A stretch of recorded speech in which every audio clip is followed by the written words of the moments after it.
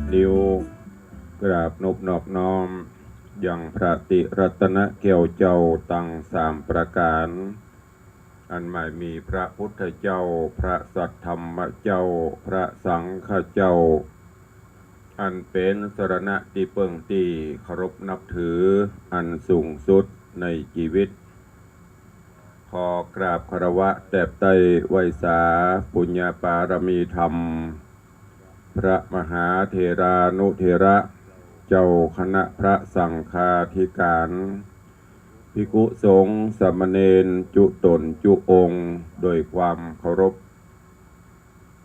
เจริญสุขเจริญปอนสาธุชนญาติโยมติ่นจองห้องวัดจุหนุ่มเท่าใจยิงก็ขอน้อมต้อนรับทุกท่านเข้าสู่รายการมรดกธรรมกำเมืองต่างสถานีวิทยุกระจายเสียงพระพุทธศาสนาแห่งชาติและสังคมคลื่นเพื่อการศึกษาพระพุทธศาสนาและวัฒนธรรมคลื่นวิทยุสีขาวเพื่อเจ้าประชาคลื่นพระพุทธศาสนาและจริยธรรมส่งสัญญาณออกอากาศต่างสถานีวิทยุในเครือข่ายทุกสถานีโดยเฉพาะวันนี้ต่างคลื่นวิทยุสีขาวในเมตตาปารมีธรรม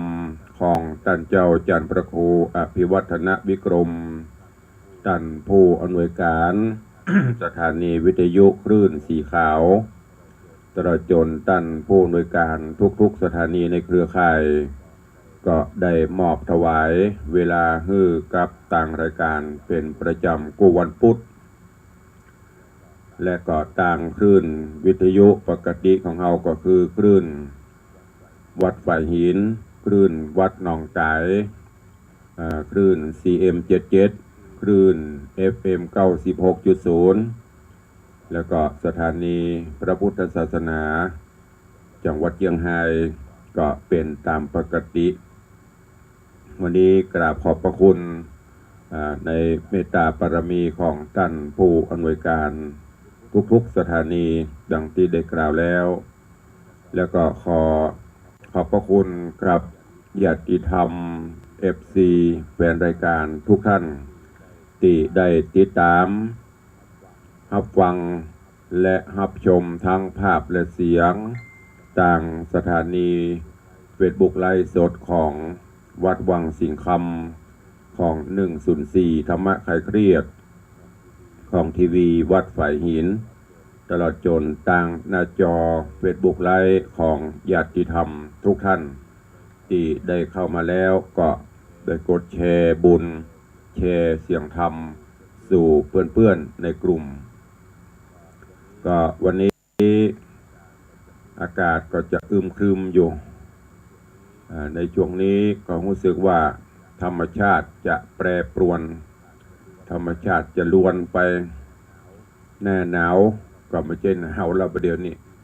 จะปีนกันไปหน้าหนาวก็มี3 ฤดูบางเทือกก็ร้อนบางเทือกก็หนาวบางทีก็จะฝนตก ก็อย่างที่2-3 วันที่ผ่านมาพระพิรุณฟ้าฝนก็ตกลงมาอย่างทั่วถึงซึ่งเมื่อก่อนนั่นก็จะมีหน้าหนาวก็จะหนาวเน็บเสื้อกันหนาวผ้าห่มผ้าตวบผ้านวมนี่จะขายม่วนเดี๋ยวนี้ก็ปอกันหมดหนาวก็ใจห้อนก็ไปเชิงก็เป็นไปตามสภาวะการของโลกเนาะความเปลี่ยนแปลงต่างๆบอกว่าอย่างที่เราได้หูได้หันกันมาก็เป็นไปตามสภาวะการนั้นฉะนั้นแล้วก็ดูแลสุขภาพร่างกายในการที่จะฝ่าฟันโดยเฉพาะโรคภัยไข้เจ็บเปียทิโลกาต่างๆที่จะเข้ามาโรคภัยไข้เจ็บประเดี๋ยวก็เช่นเดียวกันมันก็ปรับปรุงเปลี่ยนแปลงไปปรับตัวของมันไปเรื่อยๆยกตัวอย่างเฮาหันโควิด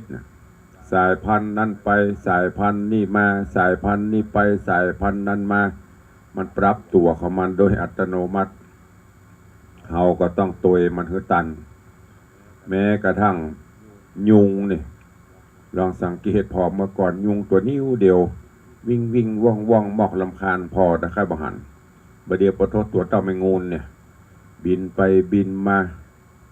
มันปรับไปหมดโดยญาติโยมทั้งหลายเพราะฉะนั้นแล้วเฮาท่านทั้งหลายก็ต้องปรับปรุงปรับเปลี่ยน บอกว่าจะเป็นอย่างต่างๆในด้านร่างกายในด้านความเป็นอยู่ทุกอย่างเขาก็ต้องปรับไปตามสถานการณ์อย่างเมื่อก่อนนั้นเศรษฐกิจดีการสวาหากินคล่องแคล่วว่องไวไผเราจะรู้ว่าจะมีเหตุการณ์ตั้งหน้าที่มันจะเกิดขึ้นนั่นก็คือโรคระบาดโควิดมาจากที่เขาเคยได้กินได้แอวได้ฟุ้งเฟ้ออย่างที่พระว่าไฮโซสุดท้ายมาก็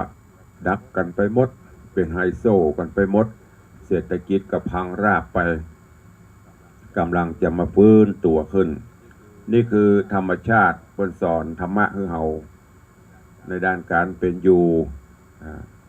ก็จะต้องมีสติมีสัมปชัญญะมีธรรมะประจำจิตประจำใจจะไปปล่อยจิตปล่อยกายปล่อยใจเข้าไปตามกิเลส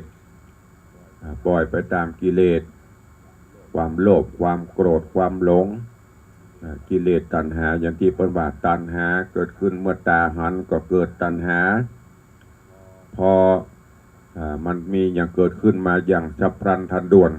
เฮาก็ปรับตัวบตันพลิกบตันฉะนั้นธรรมชาติเพิ่นสอนเฮาก็ต้องตระเตรียมเนอะอย่างที่ครูบาอาจารย์พระเจ้าพระสงฆ์เพิ่นได้บอกได้กล่าวไปวันนี้การเทศนาธรรมแบบพื้นเมืองก็ขออนุญาตแถววันเนาะปกติแล้วคลื่นปกติเขาจะฟังนางมโนราปีนแก้วเพราะนั้นบรรพุตุลุงก็ขอเป็นปูจาธรรมะให้กับญาติโยมศรัทธาแบบสบายๆเนาะถ้าเราจะเทศมโนราให้ฟังพี่น้องที่ฟังต่างคลื่นสีขาวก็จะได้ฟังบัดเต็มที่เพราะว่าเปิดให้โอกาสให้เวลาเฉพาะวันพุธส่วนภาคปกติเราฟังกันถึงวันมันก็จะปฏิดประต่อกันฟังผู้เรื่องแต่ถ้าฟังพุธนี้ผูกนี้แหมพุธแน่จบหมดละก็ประทานได้ผู้เรื่องฉะนั้นในวันพุธนี้ก็คงจะต้องขอเมตตา FC แฟนรายการฟังเป็นธรรมะฟังสบายเนอะไม่ต้องไปเครียดเป็นอย่างมันฟังแบบสบายตั้งแต่เจ้ามาละเขาก็ฟังครูบาอาจารย์หลายรูปหลายองค์ที่ได้นำเอาธรรมะมามาจามาชี้มาแนะมานำคือกับสาธุชนญาติโยมเอาได้เก็บไปคิดพิจารณาเอาไปใช้ในการดำเนินชีวิตประจำวันยิ่งสถานการณ์โลกปัจจุบันนี้จำเป็นที่สุดจะต้องใจธรรมะเนอะถ้าขาดธรรมะไปแล้วความเป็นอยู่หรือว่าสุขภาพจิตต่างๆมันก็จะล้วนไปต้องเอาธรรมะโดยเฉพาะแล้วก็คือหลักสติสัมปชัญญะกำกับตนกำกับตัวอยู่เสมอเนอะเนี่ยครูบาอาจารย์ก็ฝากไว้ตุลุงก็ฝากกับญาติโยมศรัทธามาโดยตลอดทั้งนี้และทั้งนั้นการประพฤติปฏิบัติต่างๆนั้นอยู่ที่ตัวของเฮาถ้าเฮาบ่ปฏิบัติจะฟังกันจนหูแจ้ก็มีประโยชน์หรือว่าฟังแล้วเฮาบ่เก็บไปใจบ่จะไปปฏิบัติมันก็เปล่าประโยชน์จะไปฟังเอาม่วนฟังแล้วก็แกะกรไกใส่เอาไม่มีใครจะช่วยเหลือเราได้นอกจากตัวเราอัตตาหิอัตตโนนาโถต้องเปิ้งตัวเก่าเฮานักที่สุดแม้แต่ องค์พระสัมมาสัมพุทธเจ้าพระองค์ก็เป็นผู้ชี้แนะพระองค์ก็เป็นผู้บอกทางธรรมะคำสั่งสอนของพระองค์ ที่ได้ศึกษาค้นคว้าตรัสรู้ธรรมอันดีน้อมนำมาเผยแพร่โปรดเวนยสัตว์คือหมู่เฮาท่านทั้งหลายเนี่ยแต่เฮาเป็นผู้ปฏิบัติตุลุงก็ดีครูบาอาจารย์ก็ตามเคยบอกแล้วว่าเฮาลองเปรียบเทียบอย่างเฮาจะไปหั่นไปนี่หนทางที่เฮาจะไปนั่นน่ะบางที่บางเตื้อเฮาบ่ฮู้ที่เฮาก็ต้องไปถามเปิ้นก็จะบอกทางถ้าเฮาปฏิบัติตามเปิ้นเฮาก็จะถึงจุดหมายปลายทางถ้าเปิ้นบอกไปทางเส้นนี้เน้อเอาไปแหมเส้นก็ไปเจอทางที่เป็นหลุมเป็นมงไปเจอทางตันมันก็บ่ถึงจุดหมายปลายทาง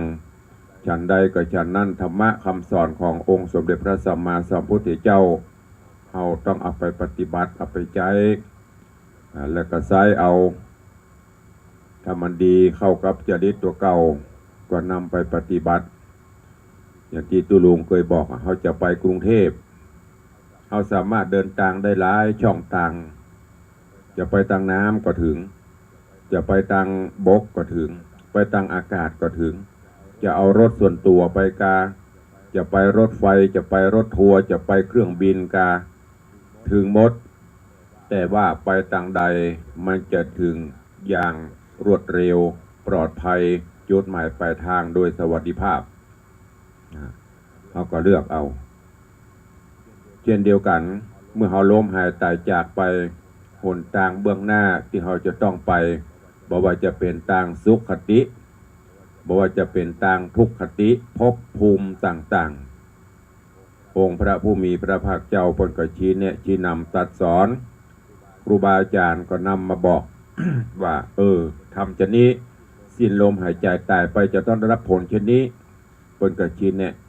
ถามว่าเฮาฮู้ก็ฮู้แต่เฮาก็ยังบางคนก็ยังฝืนอยู่เพิ่นว่าไปทางนี้เนี่ยไปอยู่สุดท้ายก็ต้องประสบกับชะตากรรมก็จะต้องรับอันนั้นไป เพราะนั้นฝากไว้เป็นข้อคิดกับญาติโยมทั้งหลายเนอะเป็นโชคดีของเฮาที่เฮาได้เกิดมาบนพื้นบนโลกนี้และดียิ่งโชคดียิ่ง ที่เฮาได้มาเกิดภายใต้ร่มบรมโพธิสมภารในประเทศสยามในประเทศไทยแห่งนี้พื้นแผ่นดินที่มีแต่ความสงบสุขร่มเย็นถึงแม้มันจะมีอย่างแทรกมาน้อยก็ยังบัดเต้าบ้านเปิ้นเมืองเปิ้นเอาได้เกิดมาพบพระพุทธศาสนาอันเป็นศาสนาที่สามารถคิดพิจารณาแล้วก็สามารถพิสูจน์ได้เป็นศาสนาที่มีความเบียดเบียนไผเป็นศาสนาที่ช่วยเหลือสงเคราะห์อนุเคราะห์มวลมนุษยชาติบนโลกนี้เพื่ออยู่ด้วยกันอย่างสันติสุขนี่เป็นโชคดีของเราแล้วเมื่อเราพบโชคดีนี้แล้วก็ควรที่จะ ปฏิบัติไปตามนั้นเนอะญาติโยมทั้งหลายสิ่งที่เกิดมาแล้วหรือสิ่งที่มีชีวิตอยู่ในโลกนี้ทุกชีวิตที่เกิดมาแล้วจะหลีกจะเลี่ยงจะหนีไปบ่พ้นในหลักธรรมะขององค์สมเด็จพระสัมมาสัมพุทธเจ้าได้กล่าวไว้ ขอประทานอภัยเนอะน้ำเจ้าอากาศเย็นเสียงจะไข้ไก่แฮมก็ไอไปพระพุทธเจ้าได้ตรัสไว้ในหลักธรรมว่าอภินนหะปัจจเวคขณะคนบอกว่าสิ่งที่เราจะหนีบ่พ้นเราจะหลีกบ่ได้นั่นก็คือชราพยาธิมรณะสิ่งเหล่านี้จะเป็นสภาวะธรรมะ ของทุกชีวิตที่เกิดมาแล้วบนโลกใบนี้ใจว่าจะเป็นจะอั้นจะอี้เฉพาะบางท่านบางคนก็หาไม่ดังที่เปิ้นสอนฮือลำพึงไว้ในใจเป็นจิตตภาวนาอยู่เสมอเป็นอุบายให้เข้าถึงความสงบระงับที่เปิ้นว่าเฮาหนีแก่กันบ่ได้เฮาหนีไข้กันบ่พ้นเฮาทุกคนทุกชีวิตต้องตายเฮาต้องจากไกลจากของฮักญาติโยมท่านสาธุชนทั้งหลายทุกรูปทุกนามในลักษณะแห่งธรรมถึงสามก็คือชราพยาธิและมรณะดังที่เปิ้นได้แนะนำพร่ำสอนได้ชี้แนะชี้นำตุลุงก็เคยเอามากล่าวครูบาอาจารย์ก็เคยเอามาเล่าว่าเอามีความชรา ชราก็คือความเปลี่ยนแปลงของชีวิตเราเป็นลักษณะของอนิจจังเป็นความบ่เที่ยงทุกคนเกิดมาแล้วต้องมีความเปลี่ยนแปลงบอกว่าตนตัวตุลุงอัตมาภาพหรือญาติโยมศรัทธาครูบาอาจารย์ก็ต้องมีเช่นเดียวกัน อย่างตุลุงก็ยกตัวอย่างง่ายๆเกิดมาน้อยๆก็เป็นเด็กชายมาประเด็นนี้ก็เป็นแผ่พระครูจะ60เข้ามานี่แหละความเปลี่ยนแปลงจากดีผิวพรรณวรรณะหมดจดสดใสแก่ตนแก่ตัวไปมันก็เริ่มเหี่ยวเฉาไปตามวัยสังขารจะไปฟื้นจะได้มันกำได้เพราะมันเป็นอนิจจังคือมันบ่เที่ยงแท้แน่นอนเราก็ต้องสังเกตพอทุกคนทุกชีวิตประการต่อมาพยาธิหรือความเจ็บไข้ได้ป่วยนับตั้งแต่เกิดมาทุกคนต้องมีมันการหมดบรรนักก็น้อยถึงแม้จะมีอายุ100 กว่าปีก็ต้องมีจะเกิดตั้งแต่เกิดมาจนถึงอายุ100 ปีบ่เคยเจ็บไข้ได้ป่วยนี่ก็เป็นไปบ่ได้แต่จะเจ็บนักเจ็บน้อยนั้นแต่บุญของไผของมันอย่างน้อยทุกคนก็ผ่านยาผงแดงกามาปานอย่างน้อยก็ต้องผ่านยาหอมยาลมไป อันจะบ่เคยได้กินยุกกินยาอย่างสักอย่างตั้งแต่เกิดจนแก่มานี่เป็นไปบ่ได้และประการต่อมาก็คือมรณะความแตกสลายเป็นลักษณะของอนัตตาความไปอยู่ในอำนาจของบังคับของคนใดโอ้จะไปแก่เนอะโอ้จะไปฮื้อค่าผิวพรรณวรรณะหย่อนยานเนอะจะไปฮื้อค่าตายเนอะถ้ามีนาหั่นอยู่ปันให้นะมีเงินในธนาคารแห่ง10,000 ล้านนะ จะไปซื้อไปให้กระตึงบ่ได้เนอะญาติโยมทั้งหลายมันไปยอมรับในสิ่งอามิตรสินจ้างใดๆทั้งสิ้นมาอยู่ในอำนาจที่จะบังคับควบคุมบุคคลใดฝึกหัดพิจารณาไว้เสมอจนหันแจ้งไปจักด้วยปัญญาว่าสังขารทั้งหลายทั้งปวงมีชราพยาธิและมรณะเป็นปกติอยู่แล้วชื่อว่าได้เจริญในพระไตรลักษณ์อันเป็นส่วนแห่งวิปัสสนาภาวนาเป็นปฏิปทาของนิพพิทาคือความเบื่อหน่ายซึ่งทำถึง3 ประการนี้เป็นกองทุกข์ที่มีประจำแก่สังขารทั่วไปบ่ได้เจาะจงเฉพาะว่าไม่ยิงบ่ได้จำเพาะเจาะจงว่าพอใจคนสามัญธรรมดากัลยาณชนคนมั่งมีหรือเจ้าฟ้ามหากษัตริย์หรือตุกตะเขียนใจ โดยที่สุดแม้พระอรหันต์ผู้สิ้นแล้วซึ่งอาสวะกิเลสสังขารของท่านทั้งหลายเหล่านั้นก็ตกอยู่ในประเภทของกองทุกข์ถึง3 ประการนี้เช่นเดียวกันเพราะฉะนั้นญาติโยมสาธุชนท่านทั้งหลายทุกข์เหล่านี้จึงมีนามบัตรสภาวะทุกข์คือทุกข์ที่เป็นขึ้นเองเป็นทุกข์ตามธรรมชาติตามธรรมดาภัยจะปรารถนาหรือภัยจะบ่ปรารถนาเมื่อมีความปรากฏทุกข์ถึง3นี้ก็ติดตามเปรียบเสมือนดูดเงาติดตามตนตัวเราไป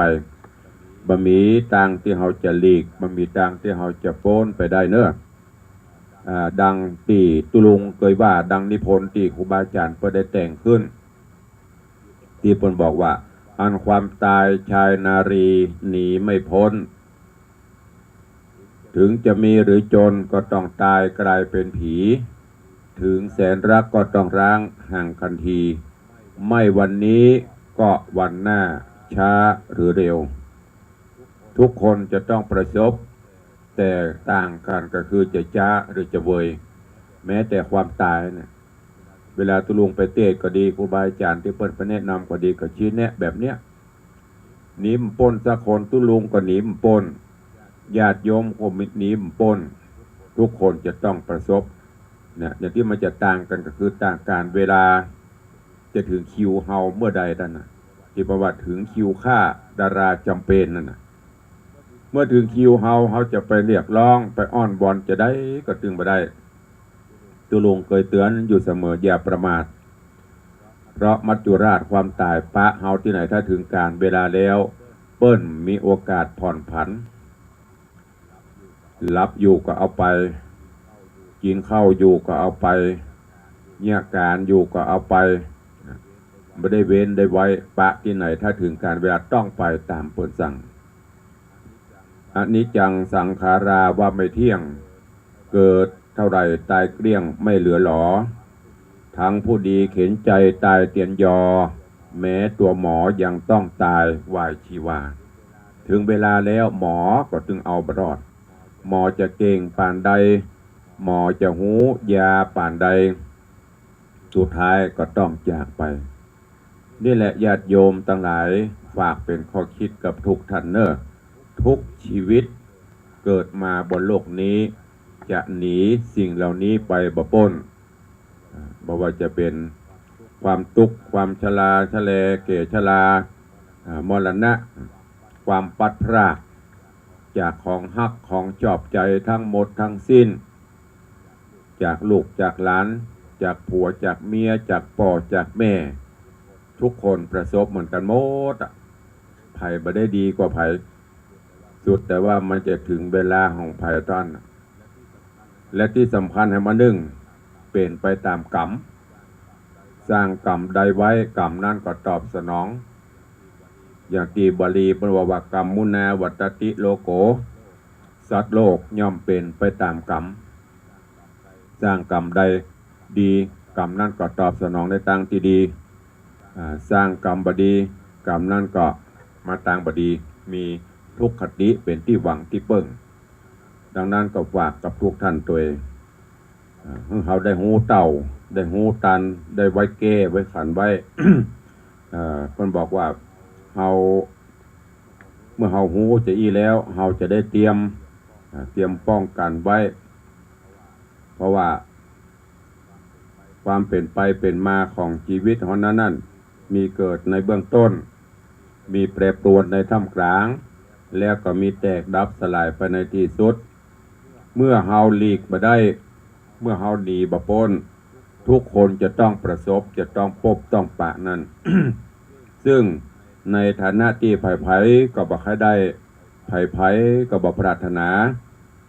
องค์พระบรมศาสดาสัมมาสัมพุทธเจ้าของเฮาพระองค์ท่าน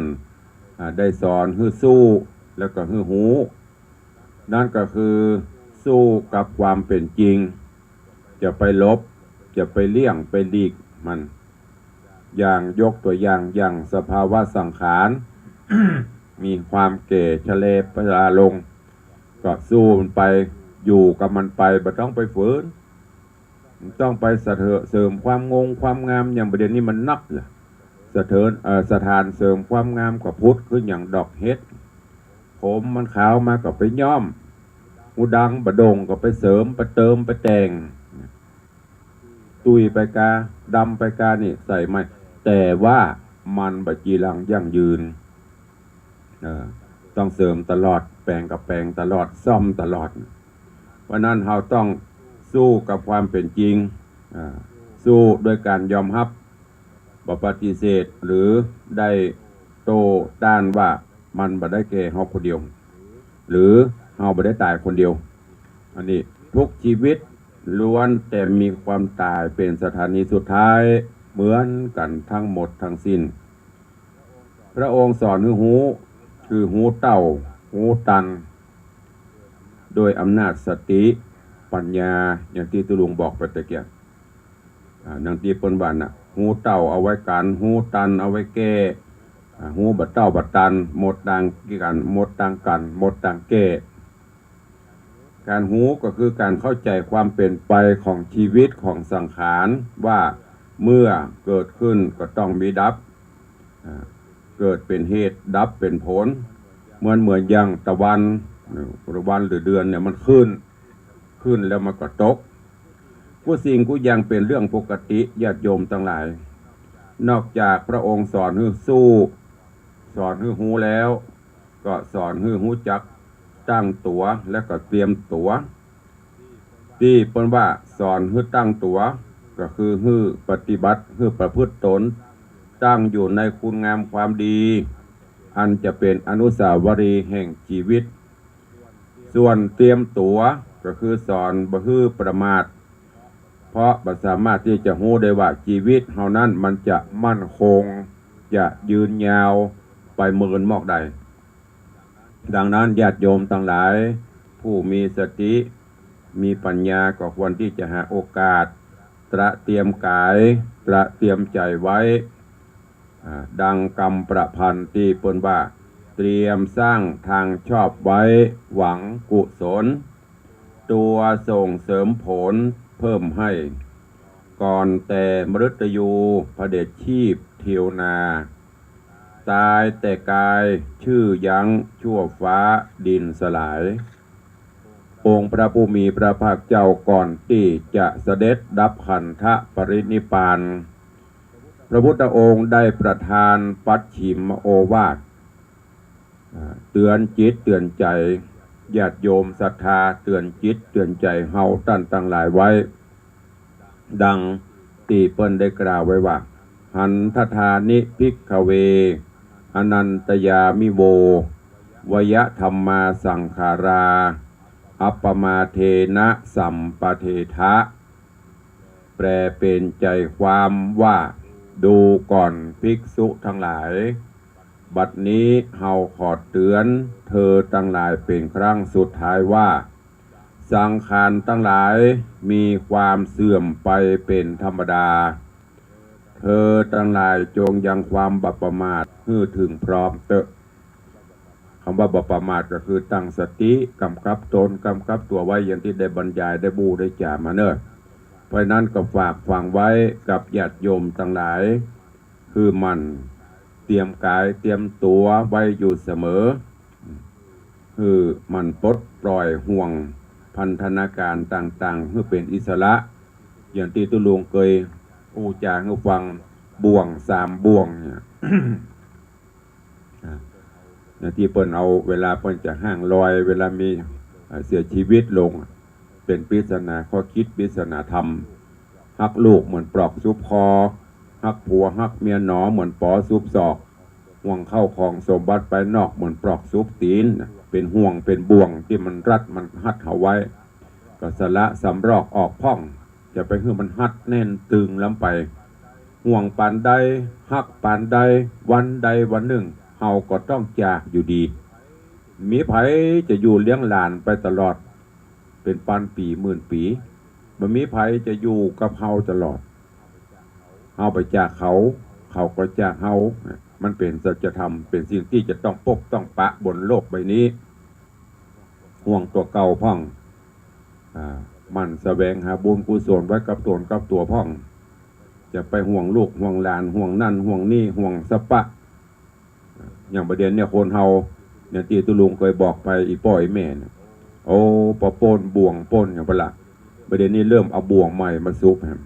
บ่วงอย่างแฮมตุลุงก็ลองสังเกตพอจะไปวัดกับหลานน้อย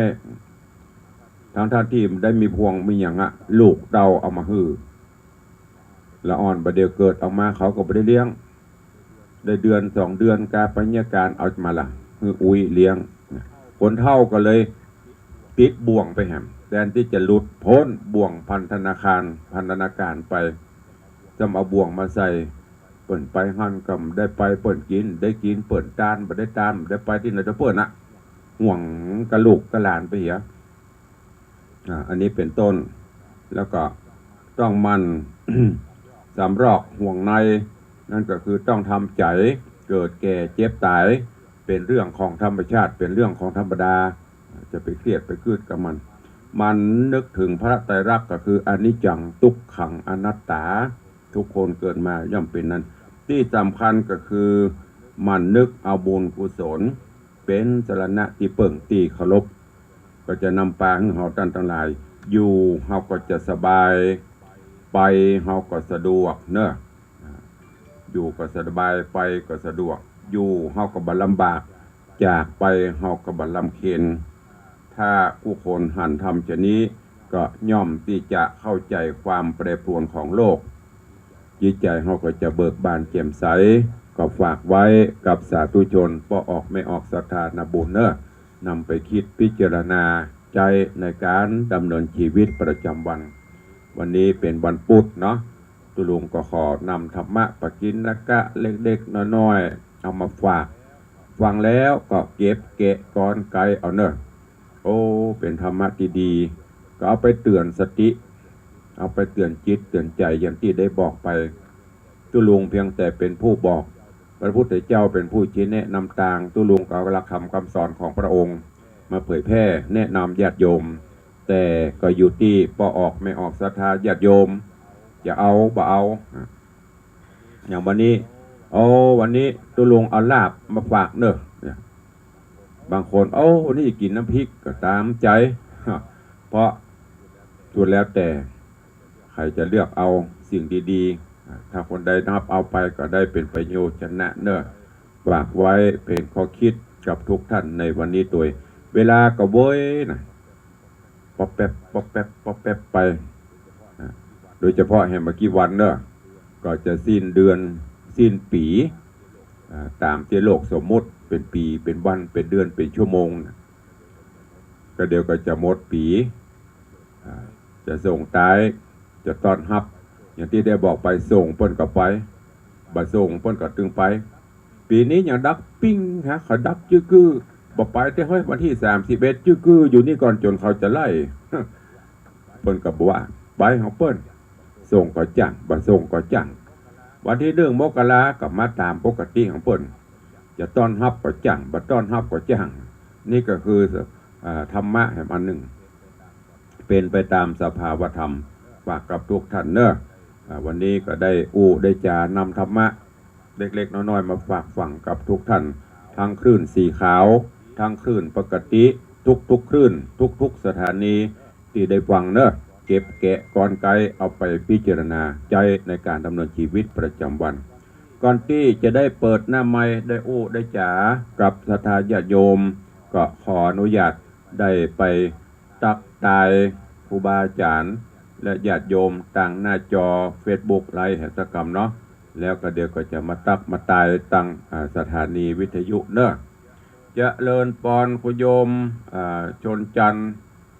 ซอนคำเนาะเจริญปอนคุโยมชนจันทร์ซอนค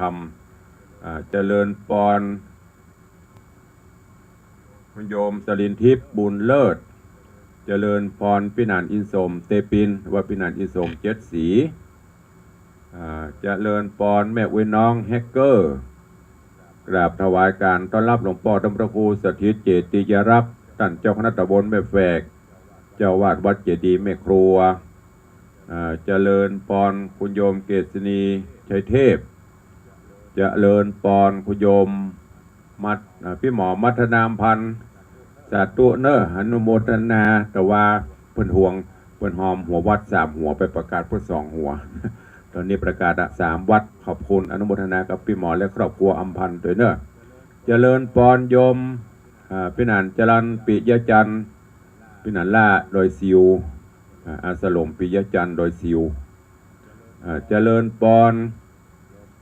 โยมเพชร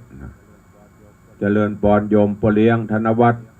โยมแม่เลี้ยงทัดพิชาสุสิงคำเนอะเจริญพรโยมแม่จันดีวิสุทธินันท์เจริญพรคุณโยมสังวานจันแก่น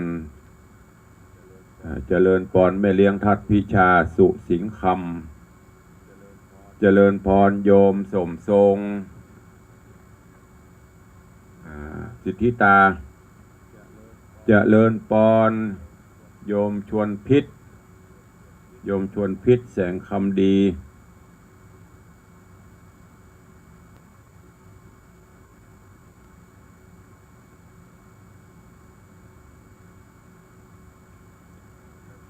แล้วก็เจริญพรประภักเจริญพรโยมแม่ปราณีพยัคไคหับพลเจริญพรยายเพลินเปื้อนเกษตรโยมจันสายแปลงหลวงเจริญพรเดียวกันเนอะว่างตะเล่ก็ใจเย็นๆยังไม่เปิดรับหน้าไมค์กำลังตักตายตั้งหน้าจออยู่ยังบ่สุดก็เอาไปยังเนาะว่างตะเล่ก็เจริญพรโยมพี่อัญชลีคำกิติเจริญพรคุณโยมโยมแม่เครือวันดวงปันสิงห์เจริญพรแม่ดาวันคำวังเจริญพรโยมลักษณะเกตดี เจริญพรคุณครูประนอมอุ่นเรือนถ้าจะบอกฟังครับเพราะว่ากระเดียวกันก็ตะเล่อยู่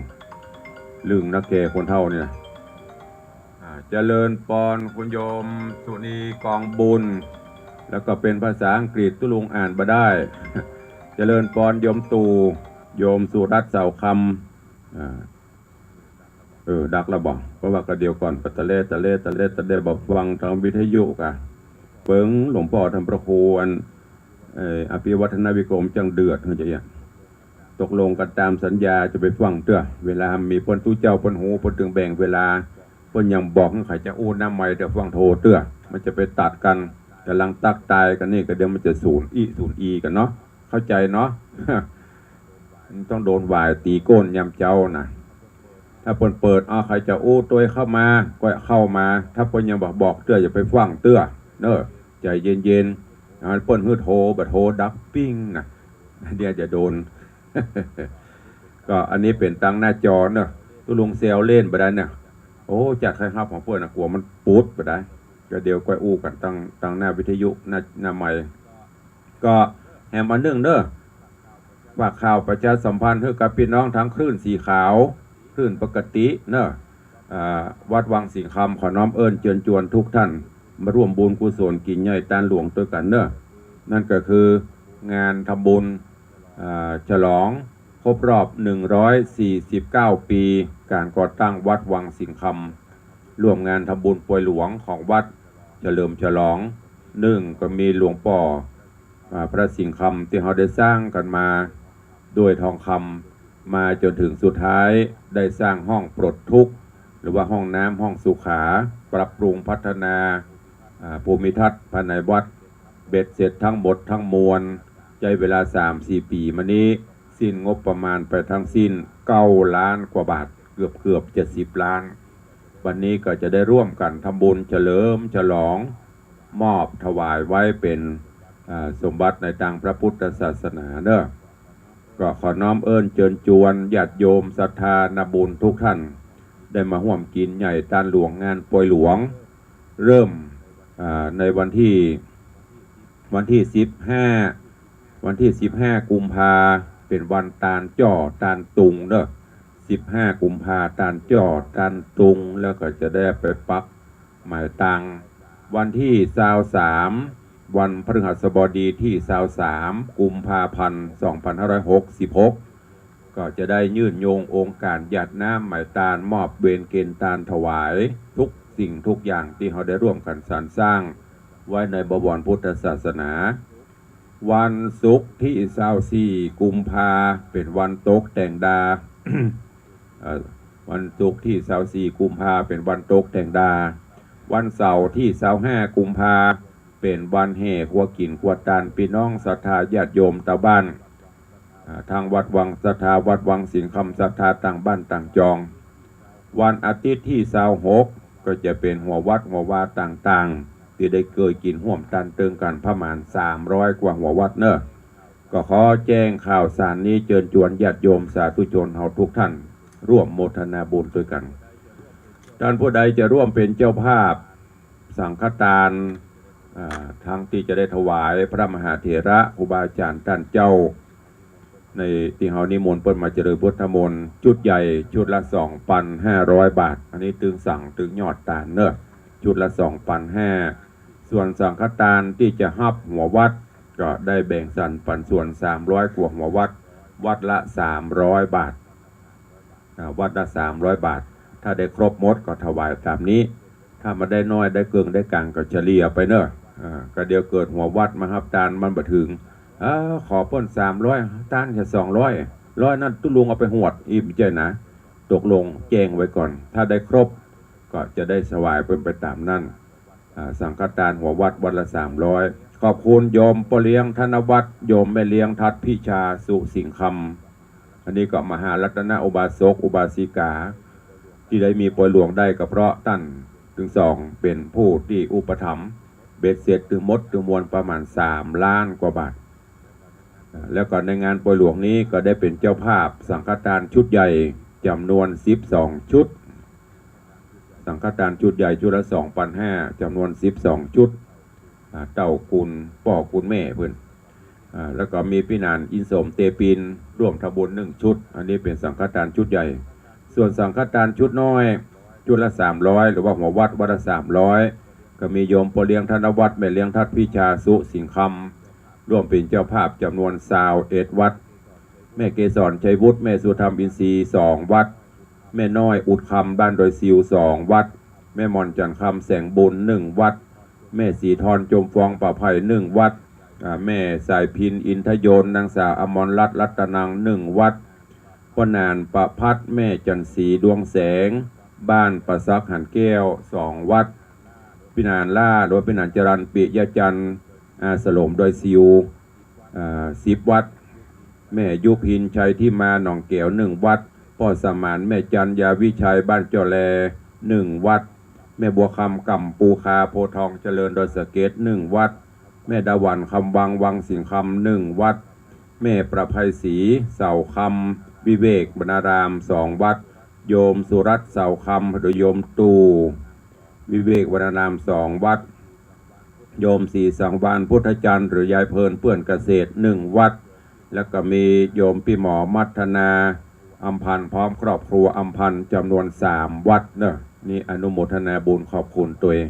ใครที่ฟังอยู่จะร่วมโมทนาบุญเนอะตั้งแต่นี้ไปแจ้งความจำนงเข้ามาได้ทุกท่านที่ร่วมรับหัววัดก็ทางวัดจะได้มอบเหรียญหลวงพ่อพระสิงห์คำชุบทองสวยสดงดงามเป็นของที่ระลึกคือ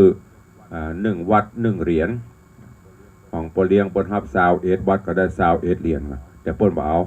มีบ้านปเลอะระหว่างเอาไว้คนอื่นนอกนั้นใครจะร่วมก็ร่วมเด้อแจ้งความจำนงมาได้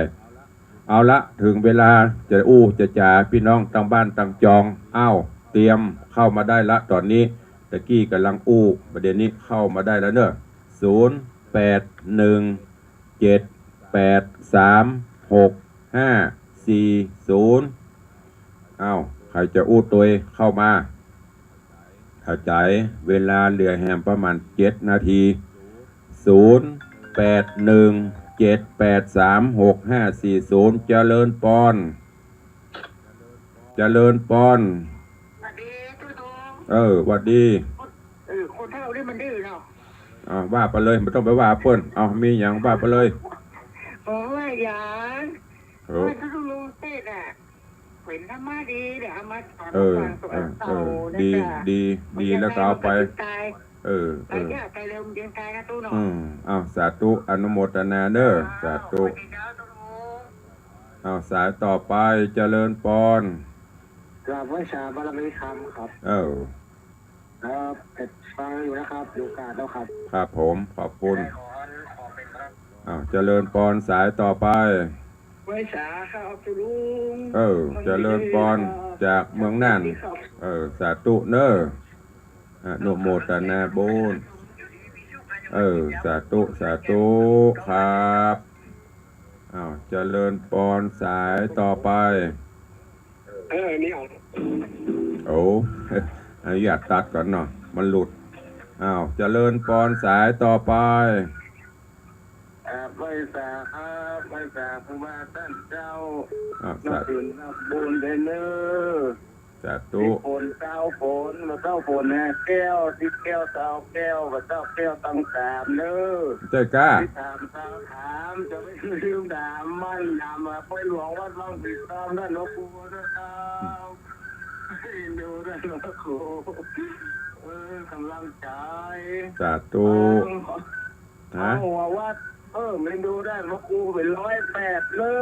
ตั้งคุณรู้แต่เจ้าแต่มาเจ้าเนอ108หัววัด108หัววัดเดี๋ยวมันมีไก่เกเนอะมันนักลำไปเราดูได้หลวงปู่นะครับเดี๋ยวมันมีไก่เกเนอะสาธุอนุโมทนากับโยมโปเลี้ยงไม่เลี้ยงเนอขอบคุณบุญรักษาเนอโปเลี้ยงเนอเจริญปอนสายต่อไปวันนี้จะได้มากันมาเป็นชุดเนาะว่างละ เข้ามาเลยเจริญปอนเจริญ เจ้า บ้านโฮงละปูนเนาะ เจ้า สาธุเนอมาตานประหลวงด้วยกันเนอพี่น้องบ้านโฮงนะอันแห่นี่มี10อันแห่นี่10%เนาะมาจะไปอ้างมันแม่เฮ้ยถ้าอ้างน่ะบ่ได้ไปน้อยสาธุบัดทีขึ้นสีขาวนี่ไปตลอดพี่ของตุลุงมาบ่ได้ว่ะอีก็มีเนาะ อ้าวโอ้เล่นบ่ได้เจริญปอนฮัลโหลเจริญปอนเจ้าสาธุเจ้าเจริญปอนแม่ได้รับแล้วเนาะอันยังที่ห้องตะวารับละวันที่17เก็บเหรียญไว้ตัวนะเจ้าเรียนยังเหรียญโอ้มาเอาเตอะเปล่าเอาที่วัดมาวัดนี่ก็ได้เนอะถ้าได้มาจะไปเอาแล้วจะไปเอาต้น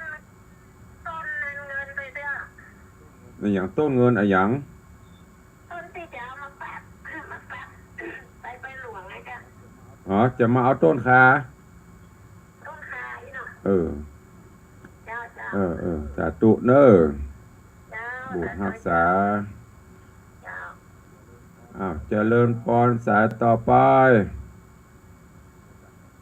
มีนักการดักปิงมันมาไปชุดนะอนุโมทนาขอบคุณเนอะกระยมปเลียงธนวัฒน์โยมแม่เลี้ยงทัดปีชาสุสิงคำมหารัตนอุบาสกอุบาสิกาได้กินใหญ่ตาหลวงก็เพราะท่านเจ้าได้อุปถัมภ์บำรุงมาตอนนี้ก็รับประวารณาเป็นเจ้าภาพหับหัววัดถวายหัววัดแถมจำนวน108หัววัดเนอะ108หัววัดละ300ก็30,000ป่ายหัววัดสังฆทานชุดใหญ่แหม10กว่าหัววัดแล้วก็ยังจะมีรางวัลจะมีรางวัลมีของตานใหญ่ตานหลวงแหมที่โปเลี้ยงเพิ่นกำลังพิจารณาดูอยู่จะตานโต๊ะประชุมกับโต๊ะรับแขกกันนี่ถามราคาละประมาณ100,000ป่ายเกือบ200,000ก็ขออนุโมทนาบุญกับโปเลี้ยงแม่เลี้ยงตัวเนอขอให้บุญคุณบุญปกปักรักษามหารัตนอุบาสิกาเกี่ยวได้อยู่กำจูพระพุทธศาสนาไปเจริญปอนฮัลโหลเจ้าเจริญปอนก็ว่าเลยตึงเจริญปอนตึงนมัสการตึงฮัลโหลเจ้าว่าใหญ่กับว่าเลยแม่มันลูกคนตามไป5 ผมว่า3แม่ยังก่อประพันประพันขยันปเลี้ยงประพันกะเฮานึกว่าไม่ยิงอีเสียงเดี๋ยวอันต้องนอกไม้ก็ได้เป็นหยัง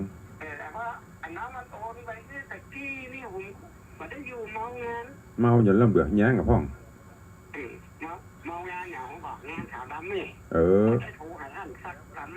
แล้วปะล่ะหน้าที่เขาได้ไปเตี้ยเขาได้3 ปอนด์นั่นน่ะเล่นไปได้แสดงความเสียใจตัวนั้นไอ้เนอะตูปี้ยังก็สีภรรยาบองแก้วขยันเนาะตู3หัววัดเนาะบุญรักษาเนอะสาธุขอบคุณหลายๆบุญรักษาเนอะขอบคุณเนอะพี่ไอ้ประพันธ์ยมพี่ฟวงแก้วขยันยมแม่เสียบ่ได้หูตัวสุมาเจริญปอนแม่ไปสาเจ้าเจริญปอนบ่ได้อนุโมทนากับโปเลี้ยงมาเลี้ยงตัวเนอะนึกว่าจะห้าเพิ่มตัวเปิ่นอนุโมทนาบ่ได้ห้อยตัวก็ห้อยตัว2 วัดก็ดีเหรอมากใจมาเนอะเอากี่วัดเอาวัดเดียวก็ยังดีละได้วันก็ดีอนุโมทนาเนี่ยได้ตัวเปิ่นนะว่าเล่นบ่ได้สาธุอนุโมทนาเนอะบุญรักษาวันนี้อุดแต่พ่องเล่นพ่องไปโคตรไปเกียดกันเนอะตัวลุงตึงจะเนี้ยเนอะหยอกล้อเล่นอารมณ์จะได้ชื่นบานขอบคุณเนอะเป็นพี่ไอ้ประพันธ์ยมพี่ฟวงแก้วขยันก็ได้รับหัววัดแถม3 หัววัดโอนมาเรียบร้อยสาธุตัวเองยมแม่เพิ่นเสียบ่ได้แจ้งนาทีตัวลุงประเทศได้ละ5 ปอนด์แล้วนะ อันนี้อูเล่นไปได้ขอแสดงความเสียใจตัวเนอะเปิ้นไปสุขสบายละเฮาก็อยู่กันไปกินกันไปทานกันไปบางเตื้อก็ลืมกันหรอกไม่ได้แจ้งได้บอกเนี่ยก็สุมาอภัยตัวเองเอาแล้วเนาะเวลาหมดเวลาตุลงขอนำรายการจากทุกท่านไปก่อนเนอะปะกันใหม่วันต่อไปอยู่ดีมีสุขเหมือนกันจุตนจุองค์จุผู้จุคนเนอะยตาโรธรรมาวัตันติอายุวันโนสุขังปะลัง